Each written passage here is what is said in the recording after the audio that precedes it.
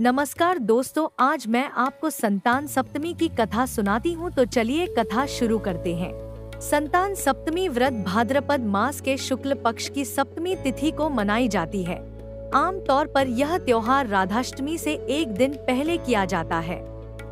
अगर आप भी संतान की सुख की कामना के लिए संतान सप्तमी व्रत रखती हैं, तो आपको बता दें कि यह व्रत आज 22 सितंबर को रखा जा रहा है।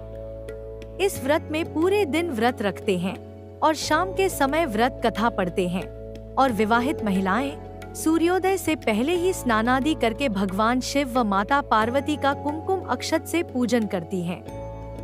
संतान सप्तमी व्रत कथा पौराणिक कथा के अनुसार यह कथा श्री कृष्ण ने युधिष्ठिर को सुनाई थी।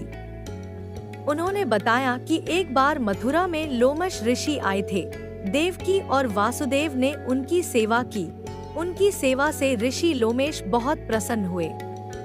उन्होंने देवकी और वसुदेव के दुख का कारण पूछा। उन्होंने अपने मरे हुए पुत्रों को अपना दुख का कारण बताया।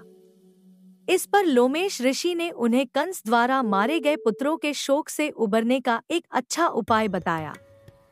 उन्होंने कहा कि देवकी को संतान सप्तमी का व्रत करना चाहिए। इसके लिए उन्होंने यह कथा भी बताई। पौराणिक कथा के अनुसार प्राचीन काल में नहुष अयोध्यापुरी का प्रतापी राजा था। उसकी पत्नी का नाम चंद्रमुखी था। उसके राज्य में ही विष्णुदत्त नामक एक ब्राह्मण रहता था, जिसकी पत्नी का नाम रूपवती था। रानी चंद्रमुखी और रूपवती में परस्पर घनिष्ठ प्रेम था। एक दिन वे दोनों सरयू में स्नान करने गईं, जहां अन्य स्त्रियां भी स्नान कर रही थी।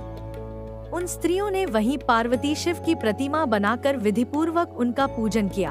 तब रानी चंद्रमुखी और रूपवती द्वारा उन स्त्रियों से पूजन का नाम तथा विधि के बारे में पूछने पर एक स्त्री ने बताते हुए कहा कि यह संतान देने व्रत वाला है।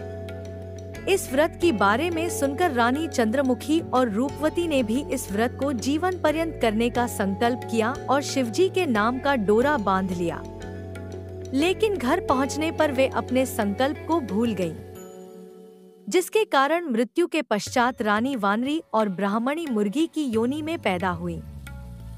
कालांतर में दोनों पशु योनि छोड़कर पुनः मनुष्य योनि में आईं।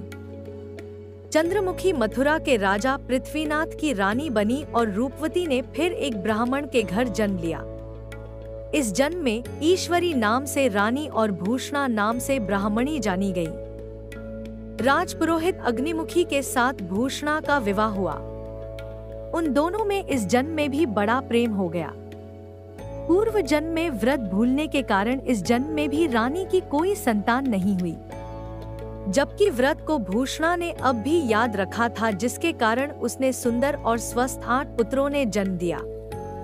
संतान नहीं होने से दुखी रानी ईश्वरी से एक दिन भूषणा उससे मिलने गई।